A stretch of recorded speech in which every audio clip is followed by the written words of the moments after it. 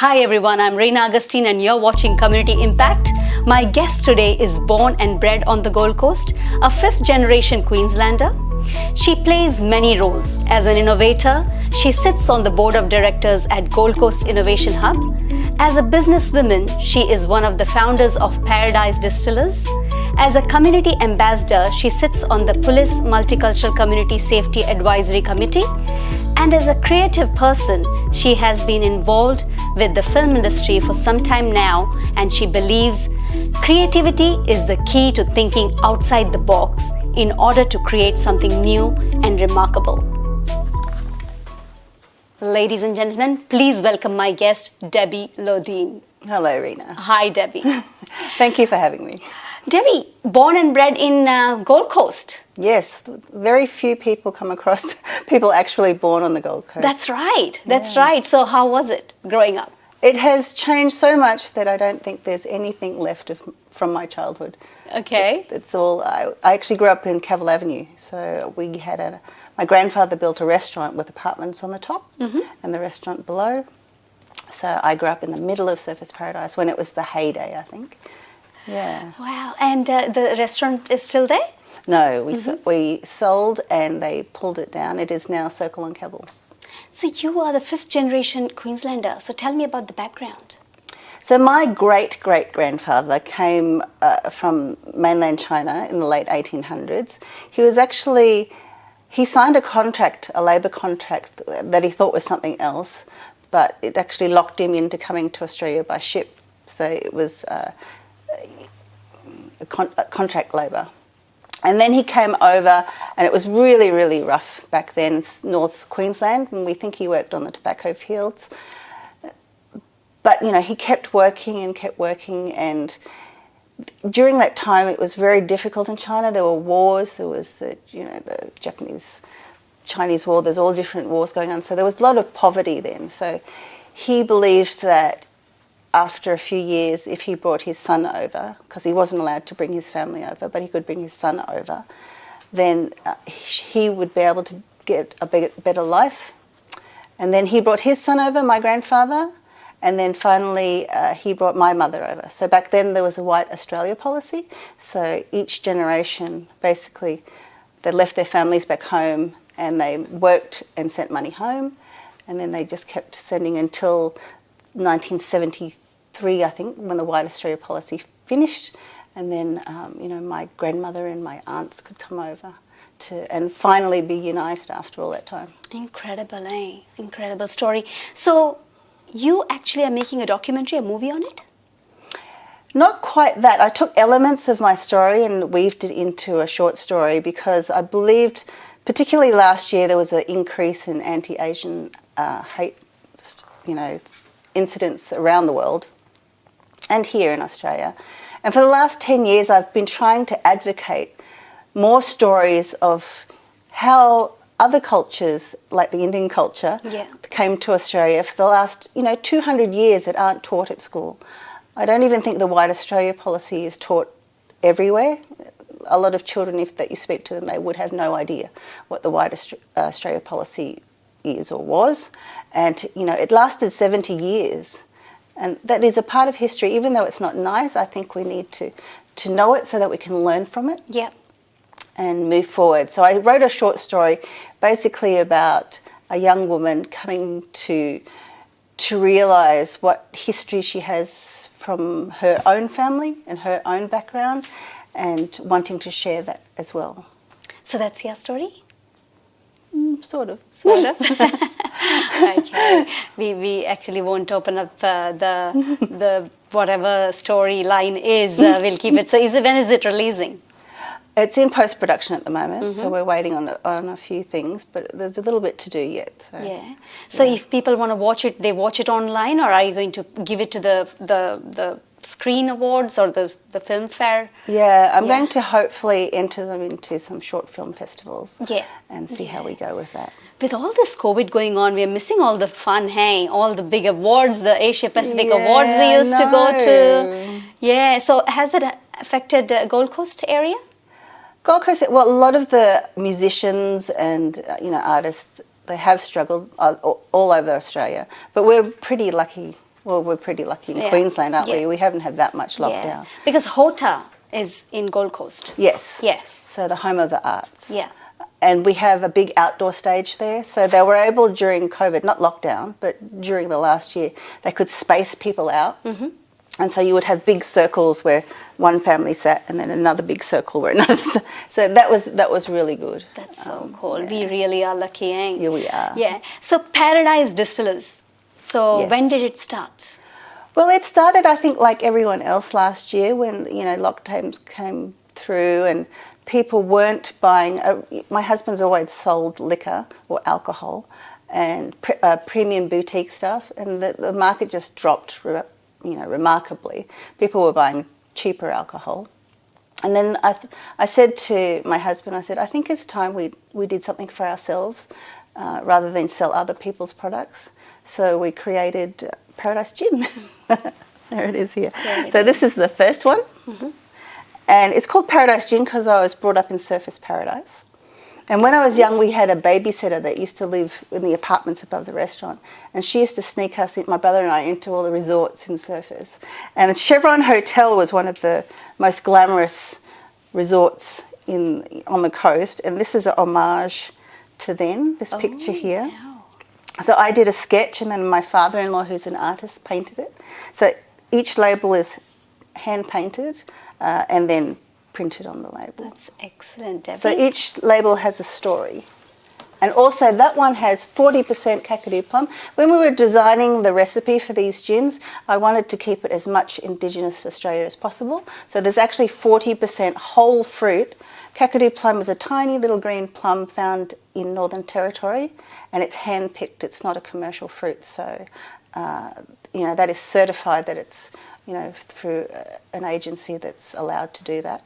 Mm-hmm. And then we put it in there. So the distillery is located in Gold Coast?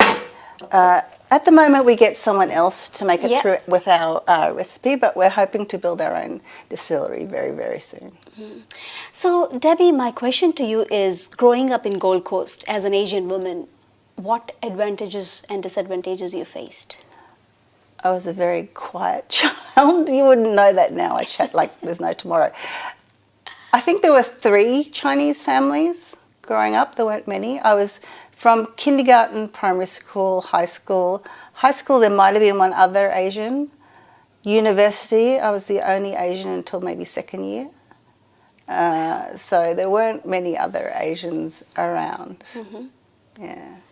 So you More didn't in Brisbane. So when did you start seeing the changes? I think probably in the 80s when we opened up after the White Australia policy was abolished, and then there was more immigrants, more tourism opened up. If you remember the 80s on the Gold Coast, it was very tourist centric. It still is, except for COVID. Yeah. And then people started arriving, and the Gold Coast has changed a lot. Mm-hmm. Have you faced any issues growing up, being an Asian? I think you just get, if things are said or done, you just ignore it. Oh wow, I like that. I think that's just the way you have to do it. Yeah, the reason I'm asking you this is because you're making a movie and it's based on what has happened the 5 generations. So how did it affect your life? So ignoring is one very good solution, actually, because people talk. Yeah, well, it's not, I don't think it was that bad for me. Mm-hmm. Obviously, my language skills are very good. Yeah. I get upset a lot of the media when they say things that simply aren't true, and I have facts to prove that they aren't true. And you have people that they find it hard to defend themselves, and that's really hard to take. And that's not just Chinese; that's all Asians, all multicultural. Yeah, everyone. Yeah, everyone. So when I started working in the shopping center, people used to come and talk to me with hand gestures and trying to explain. And when I start speaking, they're like, "Oh, you can speak English," and I'm like, "Yes, I can speak English." Yeah, that's like in the 80s. In the 80s, I was always, "Are you Japanese?" I'm going, "No." And then as soon as I speak, They go, oh, okay. Aussie right here. Yeah. Yeah. So gin and also the community part, right? Yeah. So you are an advisor for... Not quite an advisor. I think for the Asian community or Chinese community, quite often if there's something happening, the newspaper or the radio will call me for a comment or an interview because of my speaking skills and communication skills. And I believe that that's something that I should do, support my community. It's very important to me. But it's also not just the Chinese community. Last year we started a group called the Community Leaders Group.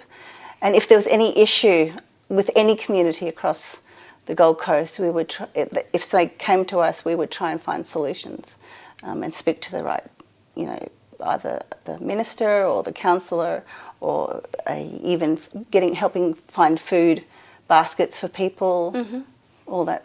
Yeah. For the international students, you supported that, and I remember seeing some posts. So tell me more about this Community Leaders Group. Is it called Community Leaders Group? It's just a group that we put together on Facebook, basically. Yeah.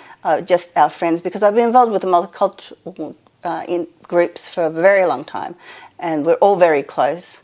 So the ones, my friends, our friends, just got together and said, okay, this is happening, how can we fix it? It's not a formal group. Yeah. There are plenty of formal organisations around there that can help. But we just went, okay, well, you can go to this organisation and they will help you. You can go to this. It's just getting information out to people. Sort of a contact point. Yeah. And putting the right person so that they can get the help. Yeah. Yeah, I like that. Yeah. I like that idea, especially during this time. I think it was really important. And it was important to also feel that we were doing something and achieving something, and not with, you have all these big organisations that spend lots of money and all that, but we were just a group of volunteers. Lots and of fundraising. Friends, well, not even, The big organisation, lots of fundraising, and so that's the way they helped the international students who were going through a lot of problem last year. And this year, it really affected a lot of people. Along with that comes the mental health, right? The mental health, because people are lonely here, they're on their own, especially the international students. So what advice would you like to give people who are just come here as migrants and going through the phase of, homesickness? So at the Gold Coast, there are many organisations that you can be part of. So three of the main ones that I connect with a lot is Multicultural Families Organisation. They do a lot of work with refugees, but they also do domestic violence. They have a domestic violence unit to look after people and help them. There's Multicultural Communities Gold Coast. They do have a lot of events, like they have one that's called Eat, Meet and Greet. I like that. Or Meet, Greet and Eat, something like that. Anyway, we get it together every quarter, and there's usually food, and there's people from leaders from all different communities come, and we might have a couple of presenters. The last one we had was about vaccinations, and if you get it to the leaders, and they can take it back to their communities. And it's a great way to meet people as well. Yeah. And there's one more, the Migrant Centre, yes. Migrant Centre also help a lot of people. So they provide kind of services? Yes, and most of them are free. A lot of them, I think all three of them provide free certificate courses. Oh, that's good. They get funding through grants, and they might provide a course on logistics or retail or That's really good to know. nurse, aged care as well. Because many of them are lost. They don't know where to go. And especially when they find out, okay, there's a free course where we can go and learn, that definitely helps, because, everybody's skeptical that if we put a lot of money, whether we're going to get the right skills. But if any migrant center or the MCGC are organizing that kind of things, it will help the migrants a lot. The simple example I can give you is, the churches in Brisbane. I just walked in one Wednesday and I saw all these cakes and coffees, and I'm like, whoa, it's Wednesday. I better make a note. I'll be here every Wednesday. So those are the small businesses, but it was for people who actually can come and learn English and talk to the ministers, talk to the priests, talk to the nuns for free. Right? But if it is not advertised, we won't know. People won't know, right? So I really like the idea that there are organizations who do that. Yes. Yeah. So what role do you play in that? I'm more of a contact person that if you want, especially last year I was in contact, or the Department of Home Affairs contacted me regularly every couple of months just to see how the community is and send me information that I can share out. So the Chinese community tend to use not Messenger but WeChat. Yeah, WeChat. Yeah, I think you're on there as well. Yes. So I would put it on my WeChat notifications, and I am also on a lot of groups, and I will send it to the groups as well. They're usually translated, so it's just easier for people to understand and just get that information out there. And if I hear or see any, say, someone having a racist incident, then I will actually report that. Oh, that's great. Yeah. That's so helpful, because there are many people who wouldn't go and complain. They just shy away, thinking that there's no help. Yeah. So if there's help like that, it really, really will help. Okay, so the Asian, the Chinese community, let's come back to that. Is there any advice that you have followed that has helped you get through here in this amazing country for so many years, which you can part to the migrants right now who have migrated from China? I think be patient. Find communities where you are welcome. There are communities that will welcome you. There's a group, I think it's in Brisbane as well, that they do a big dinner for any new people to the area. It's free for them, so they collect money to put on this dinner, but it's for anyone new to an area. There's a free dinner to welcome you, to find friends. In GoldCoast? Yes, I'm not sure whether it's in Brisbane. I think it is. I have to move to GoldCoast. We've got lots of things in GoldCoast. Free dinner, yes please. Yeah, so they put on a free dinner for all these new people that have moved here, just to meet people. I think, because Gold Coast is not quite Brisbane, but when you're in a big city, people are in groups, and it's very hard to break into those groups. Yeah. So you just need to have that, the few introductions. And I think for business people, obviously networking is super important. Yeah. And I really want to see more of the Asian communities networking with all the, the Rotary clubs, the Lions clubs. I know up here there's a Lions club that's purely Chinese. Yeah. But if you can get ones, you try and get a few Chinese into the others, and there's some Indian and multicultural. Just multicultural. Yeah. Because you're learning from each other. The only way we can learn from each other and find out what's happening at grassroots is by actually talking to one another. Correct. Yeah. Correct. Yeah. Example, there are cultures where we don't know how to greet. So, I always say that there was an incident which happened, that I went to this event and this gentleman handshaked and hugged everybody. Yeah. But when it came to me, he just said hello. And I was taken aback. Why didn't he hug me or, handshake? After everything, and I went and said, hey, you never handshaked or you hugged me. He said, oh, I had an experience where your culture said that we cannot touch you. And I said, well, I come from India. I'm a Catholic, born and brought up. We hug and kiss. If we do not educate that gentleman, that person, he wouldn't know. So I think it's our duty to go and educate where we come from, how we act, because we have Christians, we have Hindus, Sikh, Muslims, we greet in different way. Yes. But everybody has to say that, yeah, you're right. That culture doesn't handshake. That culture doesn't hug. But I do. Yeah, I often, if I go to an event that's at a religious place, say the mosque, I find out straight away, what are the rules? I don't want to offend anyone. Correct. And it's respectful. It's just respectful to do that, I think. Yes. Regardless of who they are. Mm-hmm. Yeah. And, everyone I've ever met is always welcoming from any culture. So long as you're genuine, Yeah. I think other people are genuine too. True, Yeah. true. So it's good to take the initiative and go and say hello rather than waiting for the other person to come and say hello. Is that right? Yeah, definitely. Especially if you're at an event and you don't know anyone, you don't just stand in the corner. You go say hello. Shy. You go and introduce Oh yourself. well, no. Some people it's okay. You just sit and you observe. That's Yeah. not a bad thing either. I think. Judge. Not judge, observe. Observe, okay. Yeah. Right, yeah. But usually you'll meet someone and they'll introduce you to other people. So when you say patient, be patient. Elaborate, please. I think, well, I certainly need to be more patient. We all do. The media is very, very one-sided currently. It's very one-sided, and the things that are said that are not necessarily true, especially last year, that have caused a lot of grief in the community.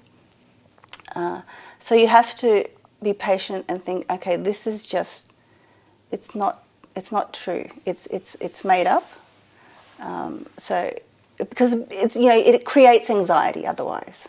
It will create anxiety. So I think sometimes you just need to let it go. Or you can find out the truth and debate it as much as you want and then get it out of your system. Being patient and debating. I choose debating. To find the truth and then spread the truth rather than just sitting. So there are places like the Australian Federal Police have a fact website. And so if you hear anything on the news, you might, and you think, you can go there and actually check whether it's true or not. That's good to know. Yeah, a lot of people don't know that. So I tell everyone I'm going. Quite a few people messaged me last year about different things, and I went, I'd check that if I were you. Yeah, so Even stories of things that happened overseas, and you'd hear about it on the news, and then I'd actually message someone, you know, living in China or America or whatever. I'm going, is this true? And they're going, well, not really. It's this is what happened, and then you go, oh, okay, I understand. So that's the Australian Federal Police fact sheet. Yeah, there's a fact website. Okay. Yeah. Just go and check. Oh, I didn't know that. Yeah. I volunteered with policing for 2 years. I didn't know that. Yeah. Well, we have different levels of police. So. That's cool. Yeah. That's cool. So back to Paradise Gin. So we just released... Where is it going? Well, we just released this pink one.